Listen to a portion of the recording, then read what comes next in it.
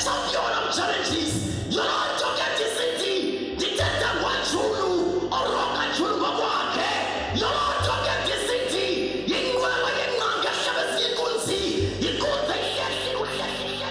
My name is Rok Ajulu, Professor Rok Ajulu. I'm an academic background. I'm a political economist and I've taught at a number of universities, both here and abroad. I'm Kenyan.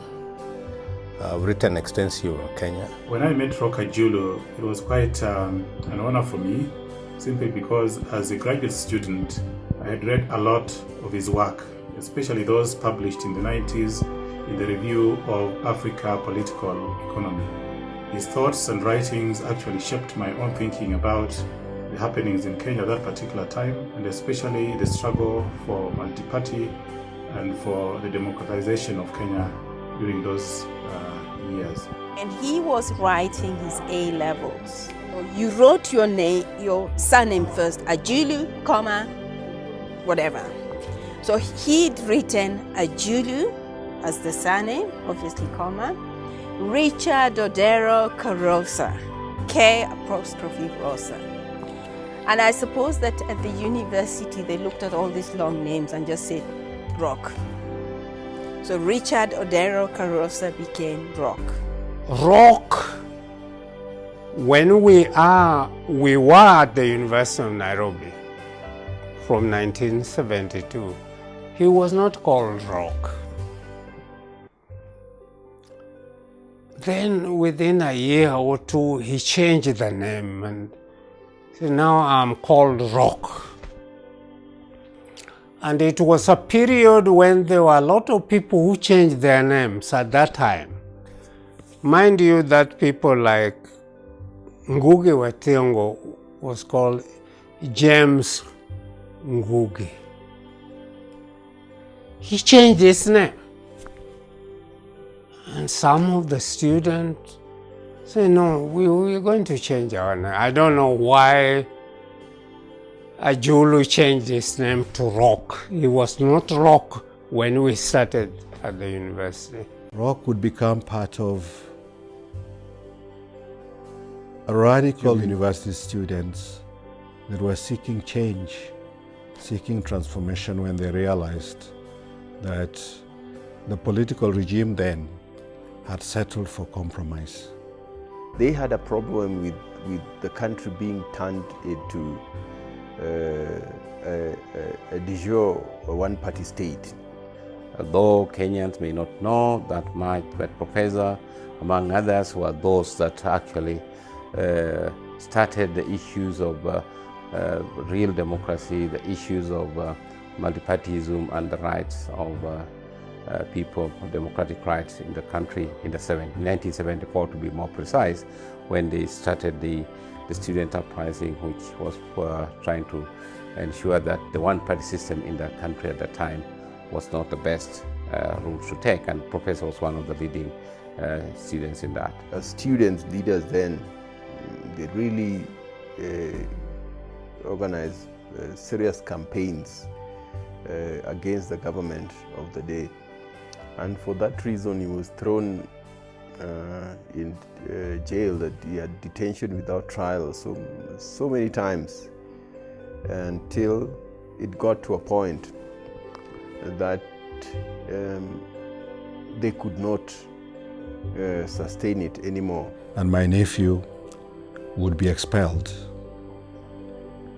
along other friends like Jim Orengo, among others. So he stayed in limbo for a while and would eventually,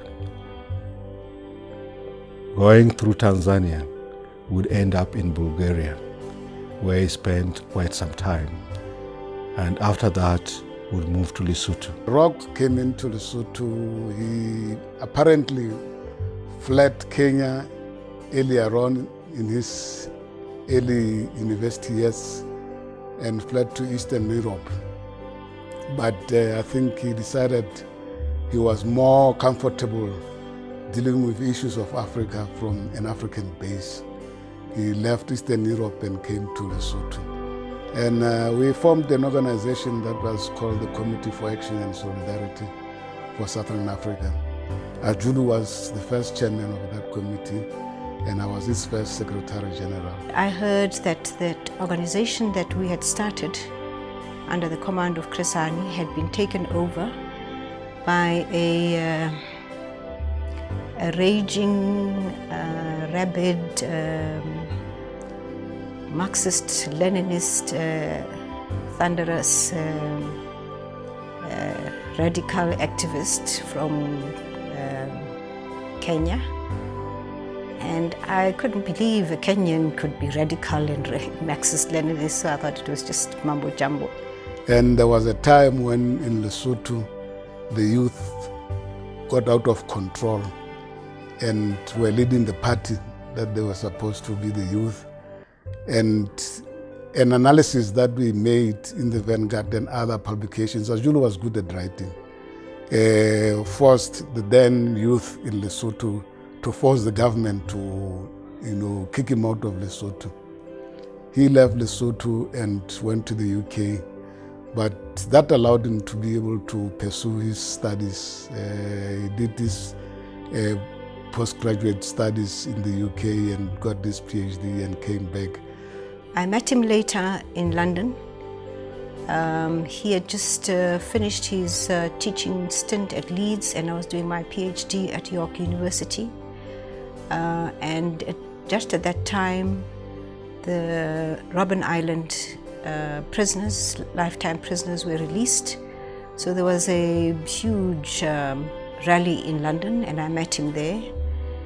I came home immediately after that to assist in the preparation of our people coming back from exile and in ensuring the election of 1994. He came into South Africa around 1992 and settled at the University of Rhodes.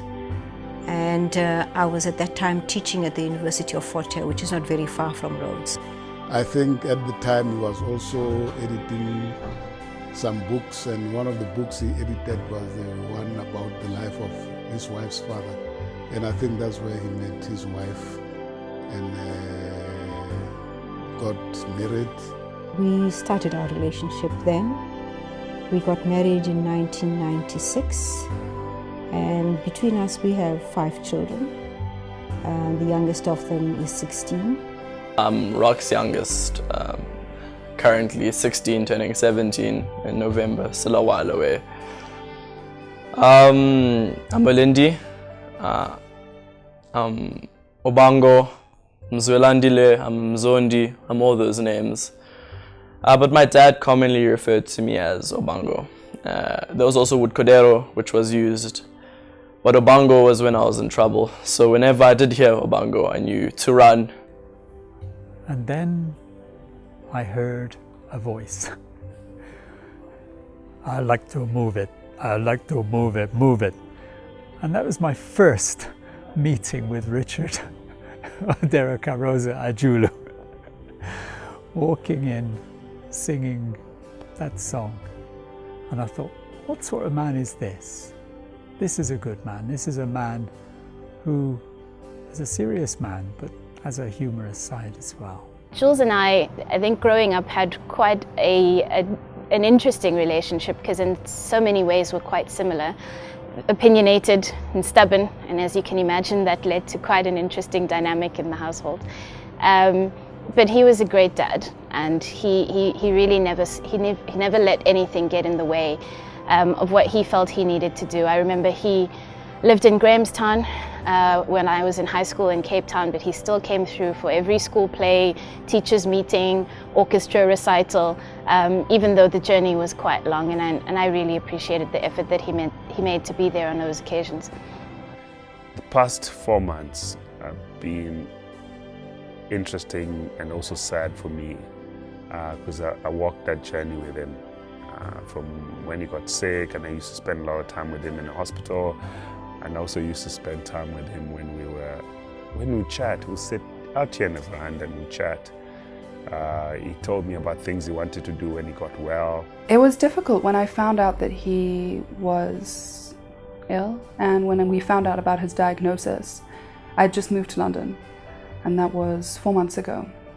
So it seems like a long fought battle, but actually it wasn't that much time. And I think, you know, processing that information all the while knowing that the prognosis was terminal, that was what was difficult. You know, it's hard not to bury someone before they die when you know that they're probably not going to make it.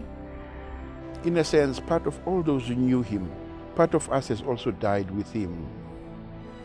He was an important source of strength for us, a light, you know, at the end of the tunnel. I remember Professor Ajulu as a scholar, as an Africanist, as an internationalist of the best traditions. I remember him as a revolutionary, as a man who would not be ashamed to make a contribution no matter how small.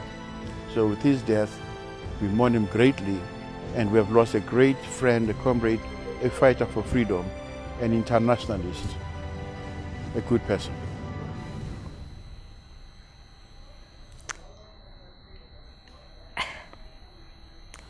I've just lost an incredible man.